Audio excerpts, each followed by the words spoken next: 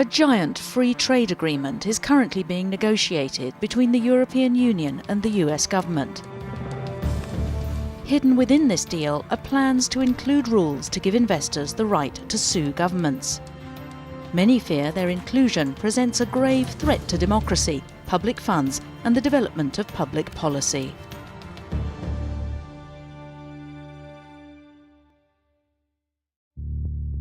These rules, officially known as investor-state dispute settlement clauses, are found in many international trade and investment agreements, mostly signed since the 1990s. They give investors based in a country where the agreement was made the ability to sue another signatory state if its policies have resulted in reduced profits. Investors are increasingly using these clauses to sue governments for billions of dollars. In 2012, 58 new claims were filed against states, the highest number ever filed in 1 year. Foreign investors and their lawyers and law firms are becoming more and more creative at the kinds of government decisions that they're attacking. 15 years ago, there were virtually no awards and very few cases. And now there are several hundred. That's a very large number in the context of international law and international adjudication. Investors are suing on a whole range of government policies. American tobacco giant Philip Morris is suing Uruguay for $2 billion over health warnings on cigarette packs. Swedish energy firm Vattenfall is seeking over 3.7 billion euros from Germany because of a decision to phase out nuclear power following the Fukushima nuclear disaster in Japan. And Canadian mining company Lone Pine is using a US subsidiary to sue the Canadian government for $250 million after Quebec placed a moratorium on fracking over environmental concerns. It could be that all these actions have got a freezing effect on policy discretion, that states do no longer want to run the risk of doing things that displease investors. Sometimes the mere threat of an investor-state dispute can be enough to kill legislation just because the policymaker is afraid of being sued.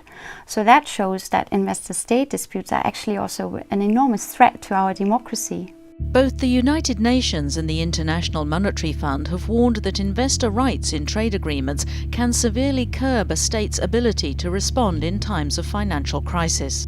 When a country is in an economic crisis, it needs to adapt all kinds of measures to get out of the crisis and also to protect its people from the worst.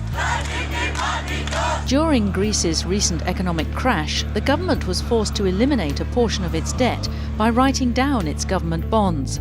Hedge funds, banks and other investors lost parts of their investment, and now some investors are suing. If any investors win on the basis of a bilateral investment treaty, this will open the floodgates to thousands upon thousands of other claims. Greece remains in a state of crisis, with the population facing job losses, wage cuts and public service closures. One can imagine that if this fiscal gap is broadened by having to pay out millions upon millions of euros in compensation to investors, then it's going to become even more difficult and more painful for the population to find the funds to address these issues. Το δικαίωμα που δίνεται στους ξένους επενδυτές να μπορέσουν να μηνύσουν το κράτος για τη χασούρα που έχουν τέλος πάντων, ναι, νομίζω ότι είναι πολύ άδικο. Ένα κράτος πρέπει πρώτα να φροντίζει τους δικούς του πολίτες, να φροντίζει για την υγεία, για την παιδεία. Ίσως δεν ξέρω σε χρήμα τι έχουν. Και εμάς η κρίση μας χτύπησε σχεδόν από την αρχή την οικογένειά μου. Ας έχουν και αυτοί λίγη χασούρα. Investor-state disputes can be a severe burden for public budgets, taking away money that should rather go into education or the funding of hospitals.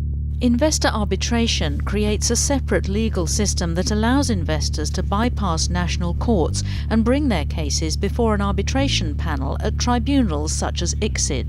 It's perfectly possible that, for example, Vattenfall loses its case in the German Constitutional Court, that the National Court in Germany says, well, the way that Germany got out of nuclear power was perfectly fine, but Vattenfall wins its parallel claim at an international arbitration tribunal, and that this tribunal actually says, yes, you get 3.7 billion euros in compensation just because the German government got out of nuclear energy.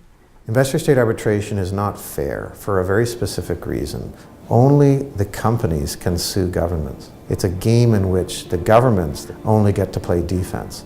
do the arbitrators not have an economic incentive to favor the claimants? Because if more claims come, the arbitrators will be appointed more and more. These processes, they're not independent, they're not open, they're not procedurally fair, they're not balanced, and they're not democratically accountable. Big business on both sides of the Atlantic is lobbying for investor-state arbitration clauses to be included in the EU-US trade deal. In a letter to US negotiators, the energy giant Chevron writes that investor-state protection is one of our most important issues globally.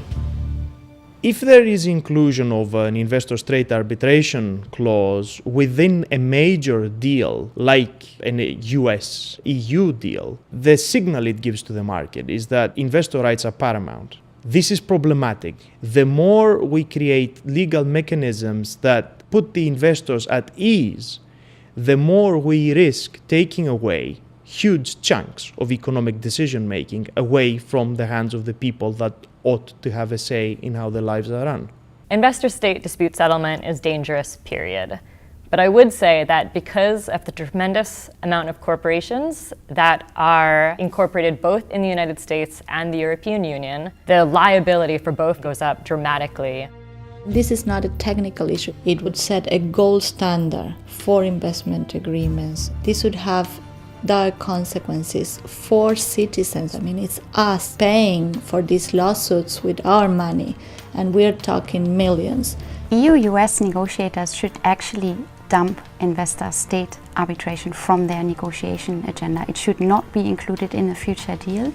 If they include it, environmental organizations, trade unions, public health groups have already announced that they will do everything to define this attack on democracy and policies to protect the public interest.